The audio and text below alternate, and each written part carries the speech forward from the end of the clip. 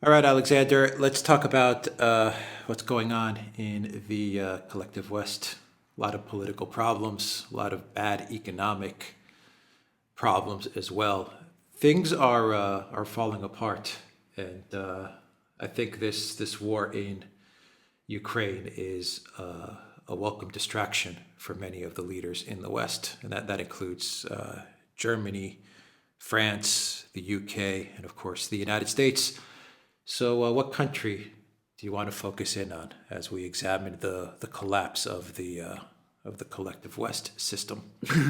Well, indeed. Well, let's before we do that, just have a general roundup, and let's start with the G20 Finance Ministers Summit, which took place in Washington, because of course where Collective West wanted to exclude Russia from the meeting, the chair of that meeting, which is Indonesia, refused.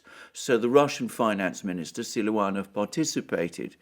That meant that the Western finance ministers refused to interconnect with him. And in effect, they held within the G20 a separate sort of G7 meeting. And over the course of it, they published, I thought, one of the most bizarre statements I've ever seen, which is that, they've waged this sanctions war against Russia. They invited the whole world to join. And they said that the sanctions that they're imposing on Russia are carefully calibrated so as not to do the most damage to Russia and the most minimal damage to the world economy. I mean, it's one of the most bizarre and extraordinary statements I've ever seen, because, of course, that is simply not true.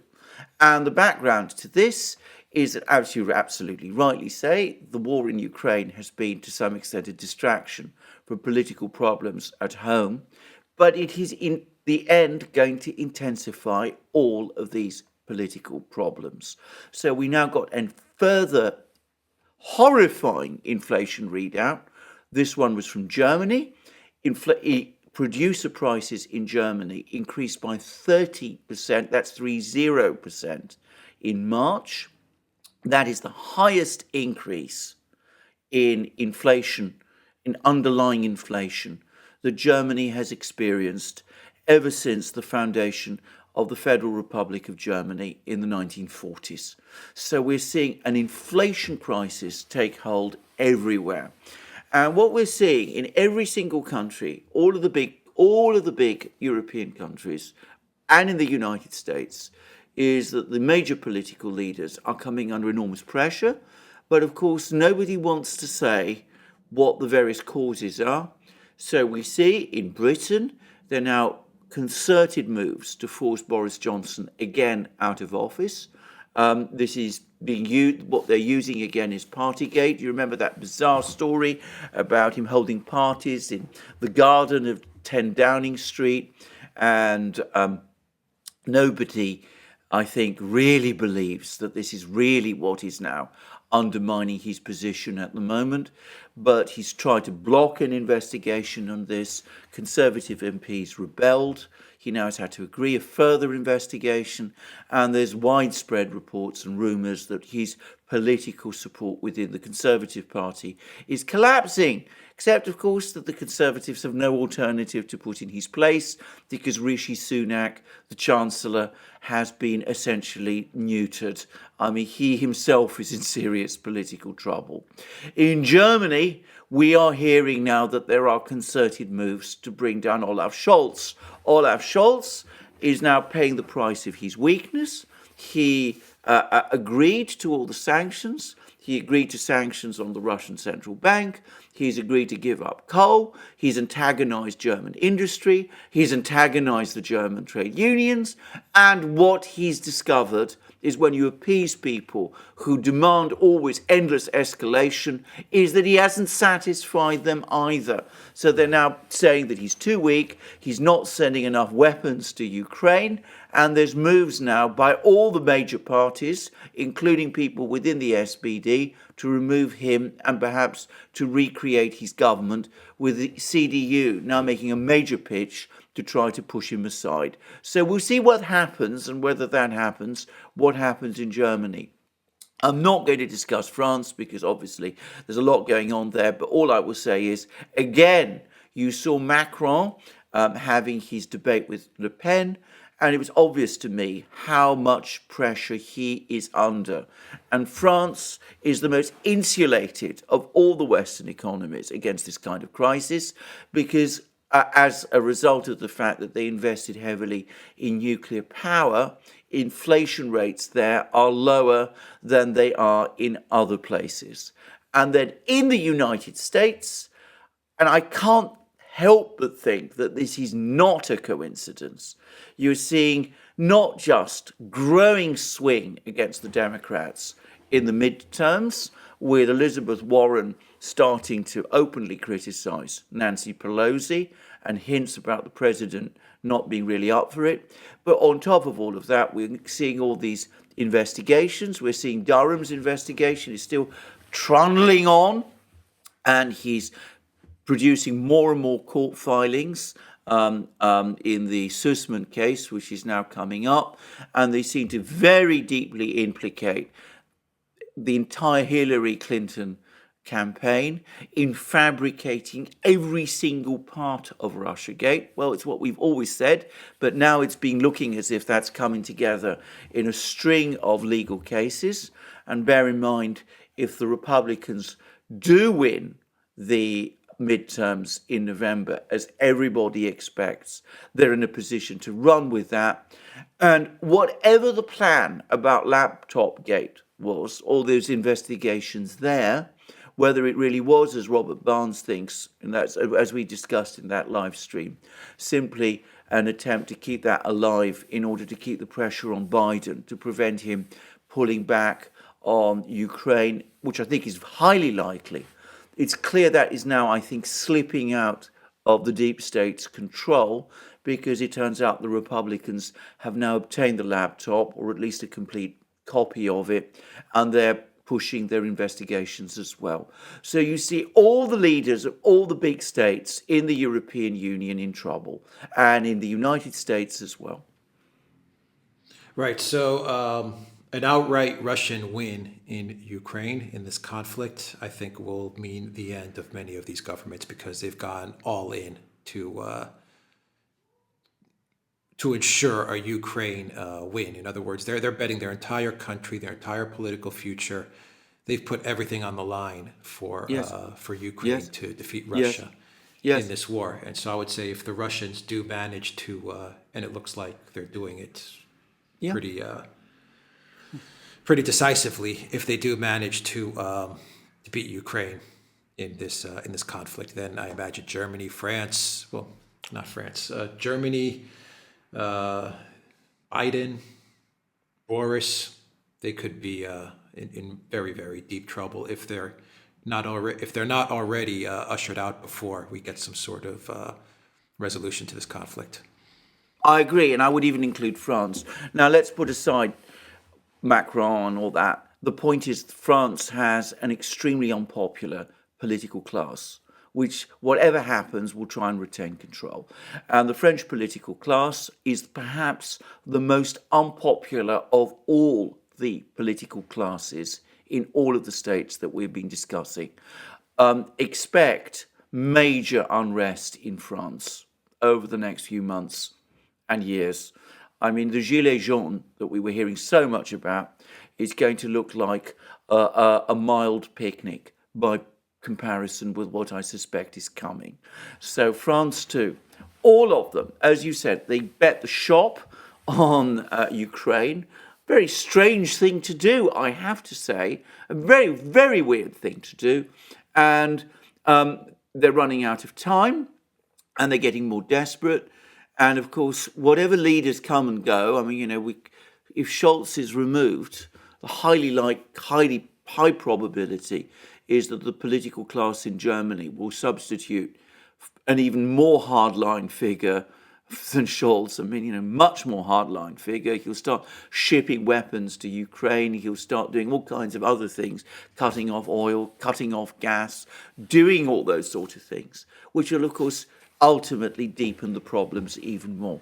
So I think we're going to see a major crisis in Europe, probably a lesser crisis in the United States, because the United States is to some extent protected by all of this. it's become increasingly clear that the United States is becoming the oil supplier of last resort to the Europeans, because Saudi Arabia, Qatar, all of these places, Algeria has come out and said, we don't have enough gas to increase production. We can't increase production in the way that Mario Draghi, the Italian leader, hoped they would. So they've said they're not going to increase gas supplies by any significant level to Europe. So the United States is becoming the supplier of last resort in terms of oil and gas to Europe. The problem with doing that is that, of course, what they're having to do, even though they gained energy self-sufficiency under Donald Trump's administration, that is still a very precarious degree of energy self-sufficiency. Most people feel that over a fairly short time span, the United States is going to see that eroded. And of course, the actions that the Biden administration has done is going to intensify that even further. So oil is now being shipped by the United States to Europe. That oil is coming, a lot of it, directly out of the US's strategic reserve. The strategic reserve is being drained away. If liquefied natural gas is being sent to Europe, to the extent that Europe can even absorb it, that means less gas in the United States. Other suppliers are not coming forward. So even the United States is being affected as well by all of this. But unless there's a radical, fundamental shift by the political class, it looks to me as if we're heading for a very, very big crash. And I'm not somebody who follows finance things very well or understands them very well, but I'm getting the sense that people in the financial community are beginning to get worried too. Mm-hmm. Yeah, well, you're going to get people who are more hardliners with regards to this conflict into Russia. I agree, in Germany and possibly even the United States and probably the UK as well. So they're going to take a more hardline approach. But what do you think is going to be the EU is sinking? I think that's crystal clear that the EU is sinking. Yeah. What do you think is going to be the? I'm trying to think of the right words. I want to say the knockout blow that's going to be delivered by Russia and China. But I know when I say that, as I'm saying that, people are going to probably flip out in the comments. But what do you think is going to be the one thing that Russia does in retaliation? Because it hasn't really done anything. It hasn't really put any real set outside of the gas for rubles, which is not even that tough of a retaliation. If you even want to call it a retaliation, hasn't really done anything yet. What do you think Russia is going to do in order to just take out the EU economy? And it's a good question because so far. What do you? I mean, yeah. The knockout blow. Well, first of all, I think that at the moment the Russians' focus is on the military events, and I think that they're, pressing on with their military campaign in eastern Ukraine. And that's something which we'll discuss in another program, no doubt. But at the moment, I think that's their priority, and I don't think they want to do anything that will disrupt their own recalibration of their economy, which, as you discussed in a recent program, as we do also discuss in a recent program, is going to take them a couple of months to do. But I think that one thing that is going to happen is that from the autumn, we're going to start to see natural gas flows to Europe start to fall, and they're going to start to fall radically. Now, Robert Habeck, the German economics minister, says that Germany is going to reduce its imports of natural gas from Russia by the end of this year by something like 2/3. He didn't explain how that's going to happen because Germany can't get liquefied natural gas. It's not getting it from anywhere, and there's no other pipeline gas coming from anywhere else. So how is he going to do it? Well, the short answer is he's buying at the moment as much Russian gas as he can to pile up the reserves, the underground reserves in Germany. So he's hoping that will be enough to get Germany and Europe at least through the winter. But it may not be. And realistically, if Germany is reduced to doing what the United States is currently doing with oil, which is depending on reserves. And remember, natural gas reserves, you run through them very fast. Well, come midwinter, come late winter, you're going to see gas prices spiral even further. I mean, to almost unimaginable figures in Germany and in Europe at the start of 2023. And I have to say, at that point, I think it will be curtains. I would I imagine mean, that if the the entire gamble, as you said in another program, is that they're hoping that they can break the Russians by the autumn. Because if they don't, by autumn, if they don't, as I said, by midwinter, early spring next year, they will be in catastrophic trouble. it doesn't look like they will. I mean, I'm looking at the No, ruble. It's at like 74, 75, 76, depending on the day that you look at it. From what I understand, even though Nabulina takes a very conservative approach in her messaging as the central bank head, it looks like Russia is going through some difficult economic times, but nothing that's existential, nothing no, that's going exactly. to lead to bankruptcy. Actually, I think I read an article just the other day which said, actually from the central bank, which said Russia Yeah, is not going to go bankrupt, period. And to come from the period. central bank, which is very, Yeah, very conservative, I think yeah, that says a lot. So if they're betting on an autumn crash coming to Russia, I think they're going to be in big, big trouble, because if Russia is waiting until the autumn to really retaliate against the European Union, I imagine a very simple strategy Russia can do is to not even target the entire European Union. Just focus on Germany. absolutely. If you cause enough trouble and enough chaos in the German economy, all of Europe falls apart. Implodes. Exactly. That is exactly what they're going to do. I mean, that is exactly what they do. And when you say all of Europe, can I just say Britain is connected, because we are still very much part of the European energy complex, the gas and energy complex in Britain. So it will all fall apart. Britain, Germany, all of Europe, all of them, every one of them will be in horrific trouble.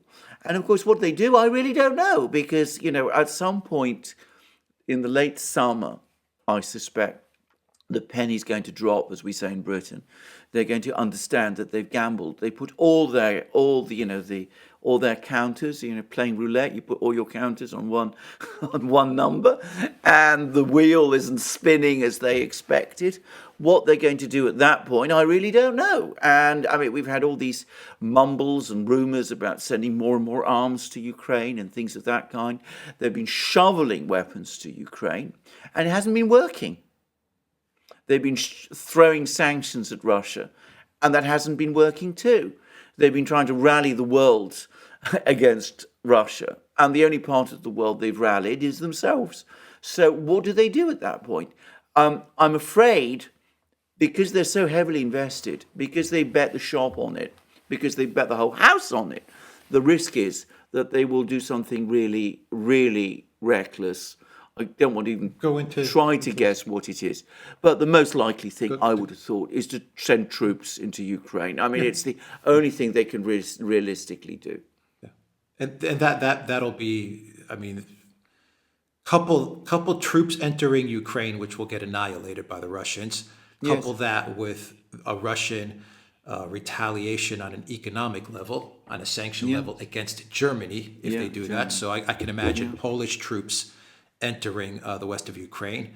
And then I can imagine Russia at the same time, or very close to that time period, really hitting back at Germany with regards to various energy policies, or I guess you would call them sanctions on the Russian part towards Germany. And it would be just devastating for all of Europe. I mean, that would, and to be honest, I think Russia is also trying to take the nuclear option off the table, a nuclear retaliation from the West off the table, by launching the Samtar ICBM, saying, you know what, if you guys even think that there's a nuclear solution to this crisis, well, you better think twice, because if you do go that route, well, we can strike, from a distance of up to 20,000 kilometers. I mean, Well, that's This exactly what they ICBM did. thing looks absolutely terrifying.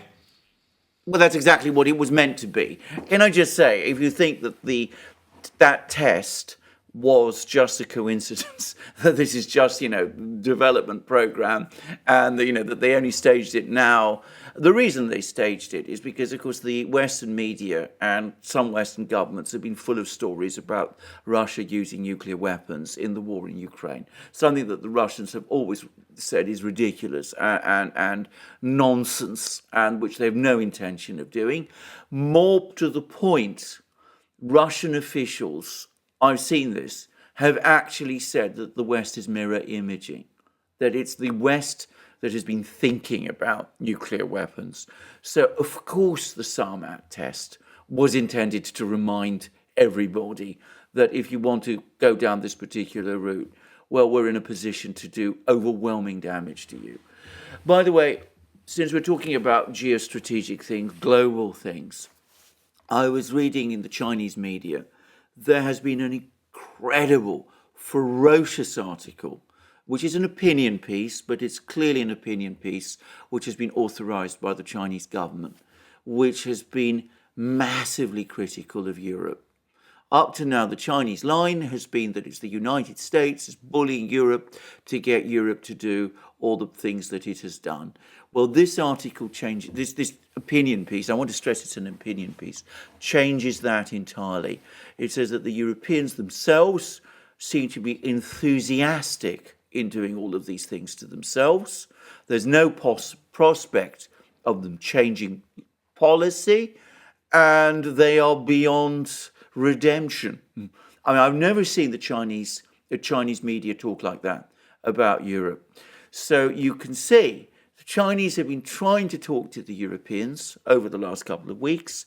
They found the Europeans blind, deaf to all discussion, and they're now themselves losing patience with the Europeans too. All right, let's just leave it there, I guess. Like I said, I think that come autumn, the EU is going to be in for a very rude awakening. Very rude I awakening. think so. I think so.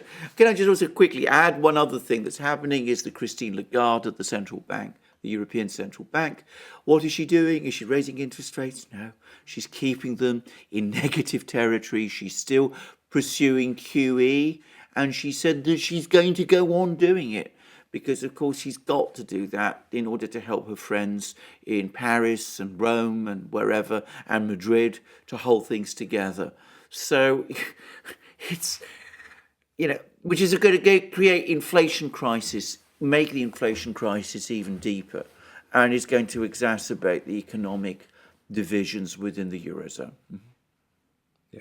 Their final bet right before the collapse is going to be to send Polish troops in. And I hope I'm wrong there. That's going I to hope be, I'm wrong too. They're going to put their bet on Poland, and Poland's going to oblige to it. Yeah. It's just going to be a smash. And I think the Russians I think they're waiting for it. If you want my opinion, Absolutely. I think the Russians are expecting it and they're waiting for it. I agree with that too. Yes. Yeah.